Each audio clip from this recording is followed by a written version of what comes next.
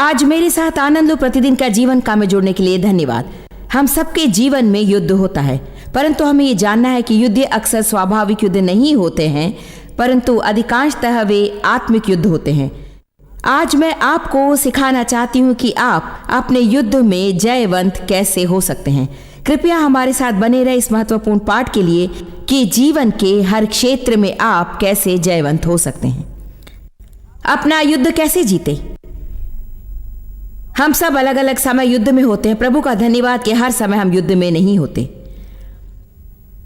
मैंने एक दिन अपनी एक सहेली से कहा कि आपके जीवन में सब कैसा चल रहा है। उसने कहा सच में सब कुछ अभी ठीक चल रहा है। आपके बच्चे कैसे हैं? उसने कहा मेरे बच्चे अच्छा कर रहे हैं। आपके पति कैसे हैं? तो वो बहुत अच्छा कर रहे हैं। आप कैसा महसूस कर रही? उसने कहा मैं अद्भुत महसूस कर रही हूं। मैं उस आराम के समय में हूं। प्रभु का धन्यवाद। वो एक ऐसी महिला है जो कई वर्षों में अपने बहुत से युद्ध हार गई। उसके बच्चों के साथ कुछ गंभीर बात हुई और कुछ उसके शरीर के साथ हुआ और कुछ आर्थिक रूप में हुआ। तो वो जानती है कि युद्ध कैसे करे और अब वो आराम के समय का आनंद ले रही है। प्रेरित पौलुस ने कहा मैंने सीखा कि मैं संतोष में कैसे रहूं जब मेरे पास बहुत कम है या अधिक है तब भी। सच कहूं तो हम जीवन में वैसे ही देखते हैं। हम कुछ बातों में से जाते हैं, फिर उन बातों में से बाहर आते हैं और सब कुछ अच्छा होता है और जो हमने सीखा उसके फल का हम आनंद लेते हैं और फिर किसी और बात में जाते हैं। आप में से कितने इस बात से सहमत हैं? ठीक है। आप में से कितने आराम के समय में हैं जहां आप कह सकते हैं कि सब कुछ आपके लिए गुलाब जैसा, ये बस अच्छा समय है? ठीक है। खैर देखिए, जो लोग उनमें से जा चुके उससे अधिक लोग अब उनमें से जा रहे हैं। और एक कारण है कि हम नहीं जानते कि कैसे जाएं, क्योंकि हम कहीं फंस जाते हैं। हम इस्राएलियों जैसे होते और 11 दिनों की यात्रा को 40 सालों में करने की कोशिश करते हैं, क्योंकि हम नहीं जानते कि युद्धों में से कैसे जाएं और उन पर किस तरह विजयी हों। आज मैं आपको ऐसी कुछ बातें सिखाऊंगी जो मैंने कई वर्षों में सीखी है कि अपना युद्ध कैसे जीतें। पहली बात जो हमें समझनी चाहिए वो है कि हम आत्मिक युद्ध में हैं, हम स्वाभाविक युद्ध में नहीं। यदि कोई डाकू मेरा पीछा कर रहा है तो शायद मैं एक बैट उठाकर उसे मार सकती हूं, उसके जाने तक मैं कहीं छिप सकती हूं। उसे चोट पहुंचाने के लिए मैं किसी तरह के हथियार का उपयोग कर सकती हूं। परंतु यदि शैतान आपके पीछे है तो उस पर पत्थर फेंकने से लाभ नहीं, उसके पीछे बेसबॉल का बैट लेकर दौड़ने से कोई लाभ नहीं, उससे बचने के लिए कहीं छिपने से कोई लाभ नहीं, क्योंकि वो एक आत्मा है। हमारी एक सबसे बड़ी समस्या यह है कि हम आत्मिक युद्ध को स्वाभाविक स्रोत के द्वारा लड़ना चाहते हैं। आपके जीवन में शैतान जो कर रहा है उस पर आप चाहे जब तक नाराज हो, परंतु वो उसे नहीं रोक सकता है।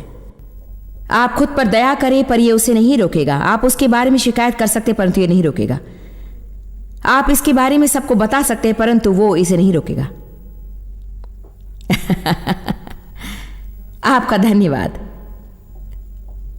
मुझे सहमति पसंद है। तो मैं सोचती हूं कि हमने गलत प्रत्युत्तर दिया और सच में हम क्या करते हैं? हम प्रतिक्रिया करते हैं और अक्सर भावनात्मक प्रतिक्रिया करते हैं। कुछ होता है और हम प्रतिक्रिया करते हैं। हमें बस प्रतिक्रिया करना बंद करना होगा और सीखना होगा कि कैसे जानबूझकर परमेश्वर के वचन पर काम करें। यह एक बात है जिससे आप मसीह होने के नाते छुटकारा पा सकते हैं, वो है कि सब बात पर प्रतिक्रिया करना। जब आपको बुरी खबर मिले या कोई आपको निराश करे तब अपने अंदर आने वाली पहली भावनाओं के साथ जाना। मैं एक मिनट में आपको वचन में से उदाहरण दूंगी, परंतु इफिसियों 6:12 कहता है कि हमारा युद्ध लहू और मांस से नहीं है। क्या यह हमें अक्सर याद करवाया जाना चाहिए? क्योंकि हमारा युद्ध लहू और मांस से नहीं, केवल शारीरिक विरोधी ही नहीं, परंतु प्रधानताएं और अधिकारी और उन आत्माओं से है जो वर्तमान के अंधकार पर राज करती है और आकाश की दुष्ट आत्मिक सामर्थ्य से है, अलौकिक सामर्थ्य से। तो आपके पति आपके शत्रु नहीं, आपकी पत्नी या फिर आपका बॉस आपका शत्रु नहीं है, आपके बच्चे आपके शत्रु नहीं है, आपकी निवेश कंपनी आपकी शत्रु नहीं है, सरकार भी आपकी शत्रु नहीं है, ग्रोसरी स्टोर आपका शत्रु नहीं, डाकघर आपका शत्रु नहीं, ट्रैफिक आपका शत्रु नहीं है। क्या मैं स्पष्ट हूं? तो फिर निश्चय ही शैतान वस्तु और लोगों के द्वारा भी काम करेगा। बस इसलिए कि वो किसी के द्वारा काम करता है, वो उस व्यक्ति को भयानक व्यक्ति नहीं बनाता। अक्सर हम ये भी नहीं जानते कि शत्रु क्या कर रहा है और हम उसे अपने द्वारा काम करने देते हैं उन लोगों के विरोध में जिन्हें हम बहुत चाहते हैं। इसीलिए हमें बुद्धिमान हो जाना है। शैतान को हमारा मुंह उपयोग करने नहीं देना चाहिए। शैतान को उसके बुरे विचार सोचने के लिए हमारे मन का उपयोग करने नहीं देना है। हमें सीखना है कि बहाव के लिए कैसे परमेश्वर के स्रोत हो जाए, न कि शत्रु के बहाव के लिए। कितने मानते हैं कि ऐसा समय था जब शैतान ने किसी को परेशान करने के लिए आपका उपयोग किया, और यदि आपने अपना मुंह बंद रखा होता, ठीक है, तो आइए मैं आपसे फिर कहूं, हमारा युद्ध लहू और मांस से बिल्कुल नहीं है। भूतकाल में जिन लोगों ने आपका दुरुपयोग किया वे आपके शत्रु नहीं, जिन्होंने आपका तिरस्कार किया वे आपके शत्रु नहीं, जिन्होंने आपके साथ कठोरता से बातें की हैं वे आपके शत्रु नहीं है। सिर्फ शैतान ही आपका शत्रु है। यदि आप सोचते कि लोग आपके शत्रु तो आप उनसे बदला लेंगे। तुमने बुरा व्यवहार किया, मैं तुमसे बुरा व्यवहार करूंगी। तुमने चोट पहुंचाई, मैं तुमसे कभी बात नहीं करूंगी। तुमने मेरा तिरस्कार किया, मैं तुम्हारा सम्मान खत्म कर दूंगी। तुमने मुझे चोट पहुंचाई, मैं बदला लूंगी। हम पूरा जीवन ये कहने का मौका ढूंढते हैं कि हां मैंने पकड़ लिया, और फिर बहुत खुश होते जब हम अंत में कहते कि आहा पकड़ा गया, मैं बदला लूंगी। परंतु जब हम वो करते हैं हम जीतते नहीं हैं, हम फिर हारते हैं, क्योंकि अब हमने वैसे ही किया। हम बस उस व्यक्ति के समान नीचे के स्तर पर आए जिसने हमें चोट पहुंचाई, और परमेश्वर ने अपनी आत्मा हमें इसलिए नहीं डाली कि हम शत्रु के समान काम करें। हम यीशु मसीह के राजदूत हैं। आमीन। हमारा युद्ध लहू और मांस से नहीं है। आइए चले मत्ती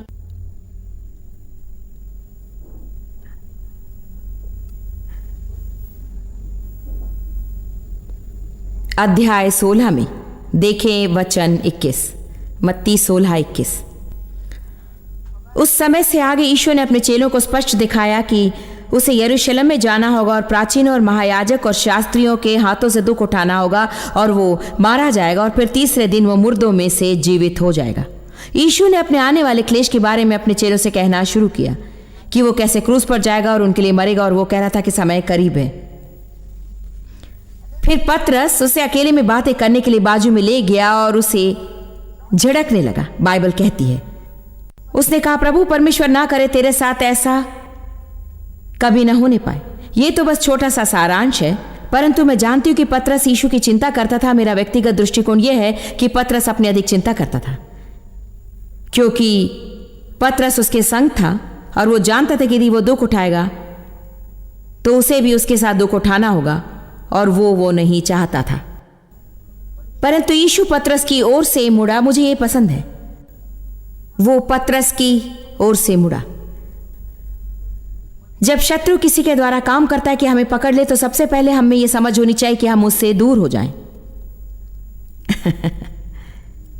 उसमें से ना जाएं, उससे दूर जाएं, उससे बाहर आ जाएं।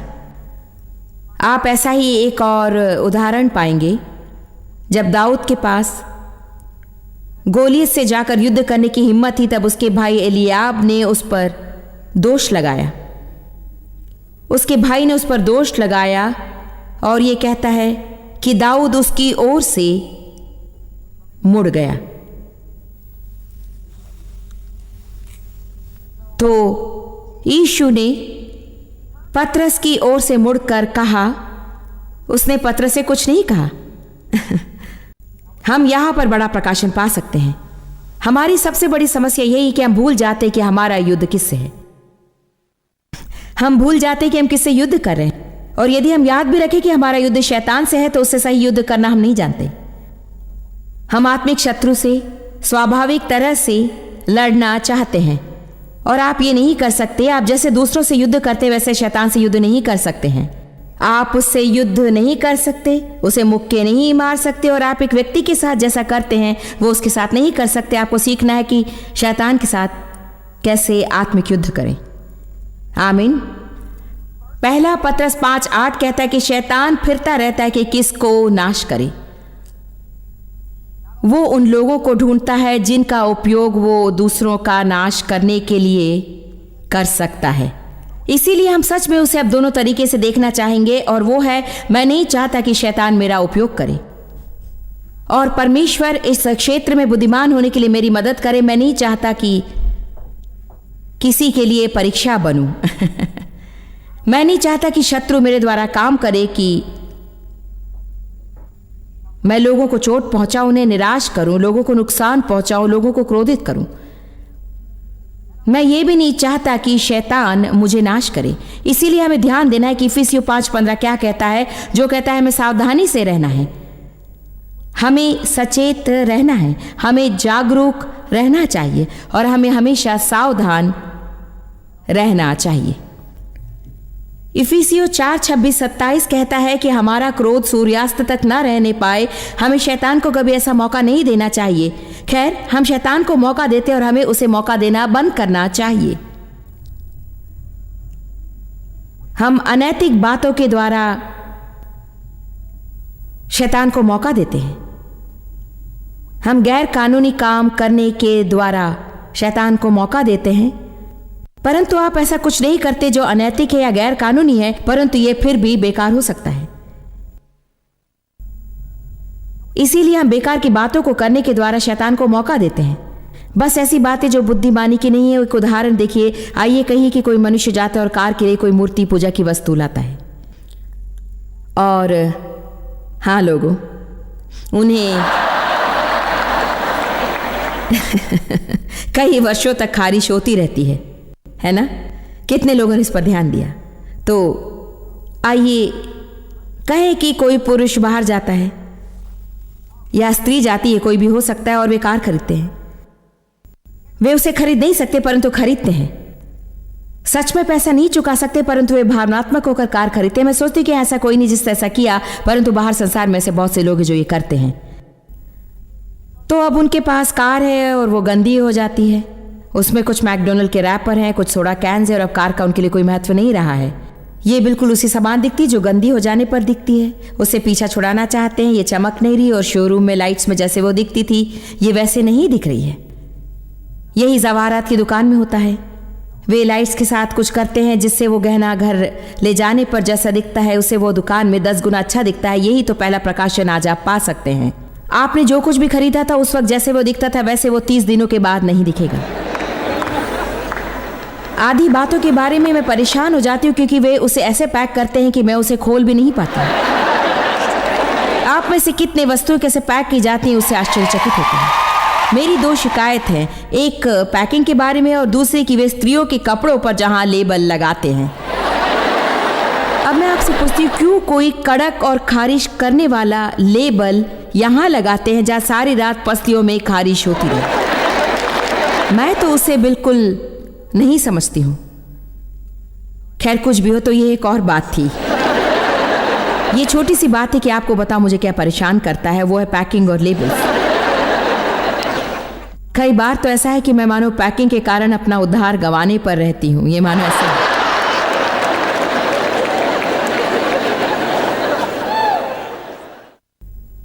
कुछ हफ्तों पहले मैंने कुछ खरीदा पर समझ नहीं पाई कि उसमें कैसे समाऊं, क्योंकि देखिए उसे एक छोटे बैंड के द्वारा बांधा गया था और मैं उनमें से उसे बाहर नहीं निकाल पा रही थी। मानो ऐसा था कि वो बैंड से चिपका हुआ था।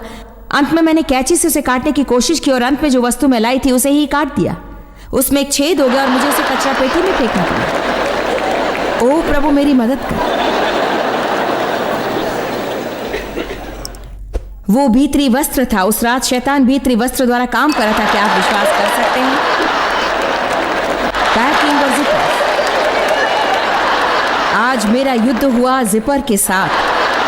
बाप रे, क्या प्रभु सच में तेरी इच्छा थी कि मैं इसे पहनूं या मुझे इसे घर में लाना था और उससे लड़ना चाहिए था? चलिए परमेश्वर के वचन में वापस चलते हैं।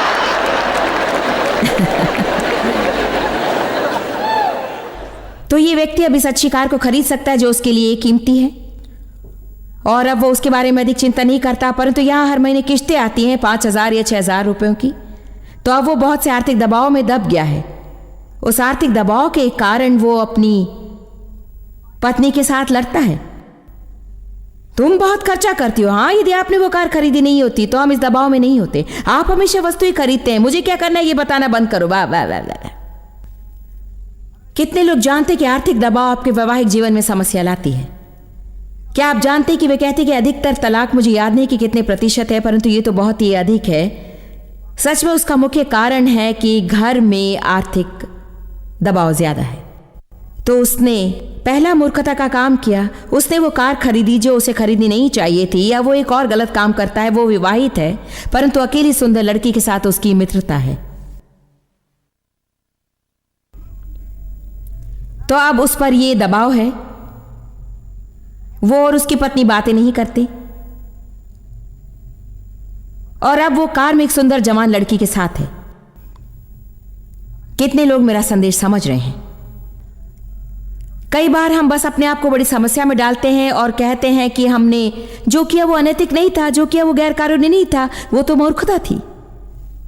हमें मूर्खता की बातें नहीं करनी है। हमें परमेश्वर जो बुद्धि देता है उसी में चलना चाहिए, क्योंकि यहां की मूर्खता की बातें हमें नीचे यहां ले जा सकती हैं। इसलिए बाइबल कहती है कि हमें सावधानी से जीना चाहिए और बुद्धि से प्रेम करना, और हमें समझ की खोज करनी चाहिए और हमें परख को खोजना है। आपको कम से कम एक नीति वचन प्रतिदिन पढ़ना चाहिए, क्योंकि नीति वचन की किताब बुद्धि से भरपूर है। तो अब दूसरा कुरिन्थियों 10:4-5 कहता है, हमारे युद्ध के हथियार शारीरिक नहीं है। इसलिए यदि वो शारीरिक नहीं, यदि वो स्वाभाविक नहीं है, तो उसे आत्मिक होना ही चाहिए।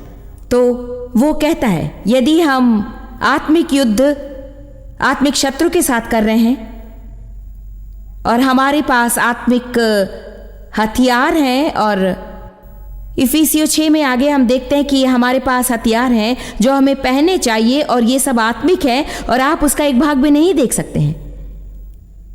इसलिए हम अपने शत्रु को नहीं देख सकते हैं। हम जो युद्ध कर रहे हैं उसे नहीं देख सकते। हम युद्ध भूमि को नहीं देख सकते जो कि आपका मन है। वही आप अपना युद्ध जीतते हारते वो आपके मन में है। क्या आप समझ रहे हैं? आप शत्रु को नहीं देख सकते, युद्ध भूमि को नहीं देख सकते, अपने हथियार को नहीं देख सकते, अपने औजार को नहीं देख सकते, लेकिन युद्ध जीतने का एक मार्ग है। परंतु यह सीखना है कि हम सही युद्ध कैसे करें। आप इसे संसार में कभी नहीं सीख पाएंगे। एक मसीही होने के बाद आपको एक बात सीखनी चाहिए कि आत्मिक युद्ध को आत्मिक तरीके से कैसे लड़ें। आपको शत्रु से युद्ध करना जिसे आप नहीं देख सकते हैं, और आपको ऐसे हथियार पहनना है जिसे आप नहीं देख सकते हैं। तो अब आप लोग मेरे साथ हैं, ठीक है? आइए देखते हैं दूसरा इतिहास 20वां अध्याय। मुझे यह पसंद है और मैंने अब तक इसमें से अधिक प्रचार भी नहीं किया। मैं वो सिखाना चाहती हूं जिससे लोगों का जीवन उत्तम बन सके। हालेलुया। दूसरा इतिहास अध्याय 20 पद 1 से 3 तक।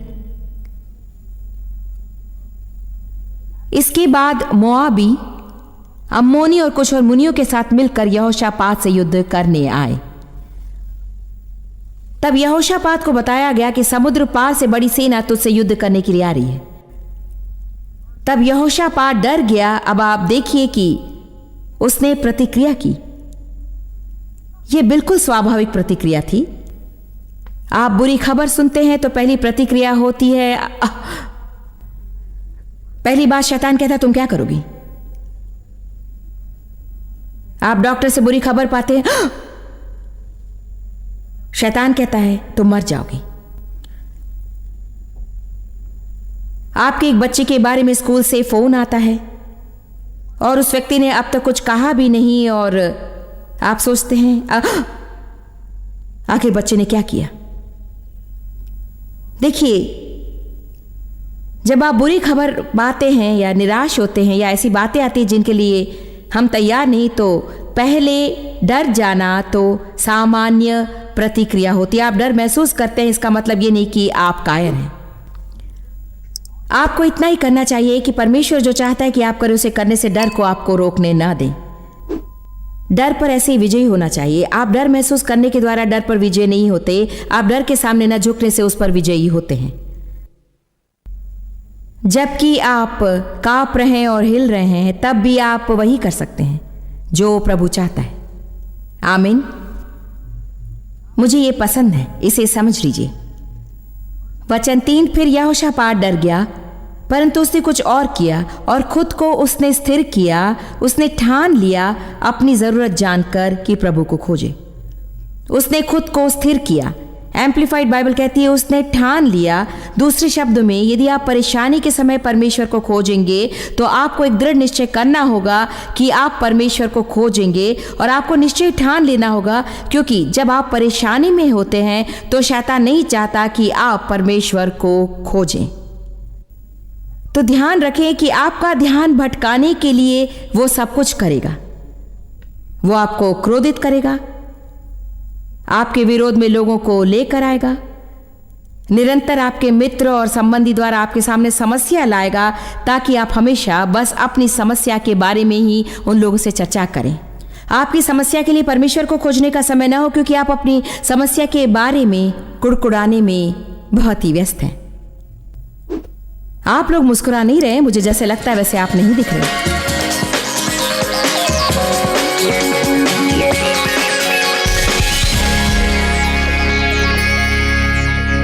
याद रखें कि आप किसे युद्ध कर रहे हैं। आपका युद्ध मांस और लहू से नहीं, परंतु प्रधानताएं और अधिकारियों से है। यदि शैतान किसी बात से डरता है तो वो है आराधना करने वाला मसीही।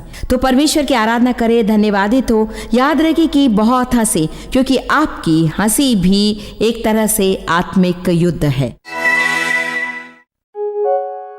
सब्सक्राइब दबाएं, लाइक करें, कमेंट लिखें और इस आशीष को शेयर कर दें।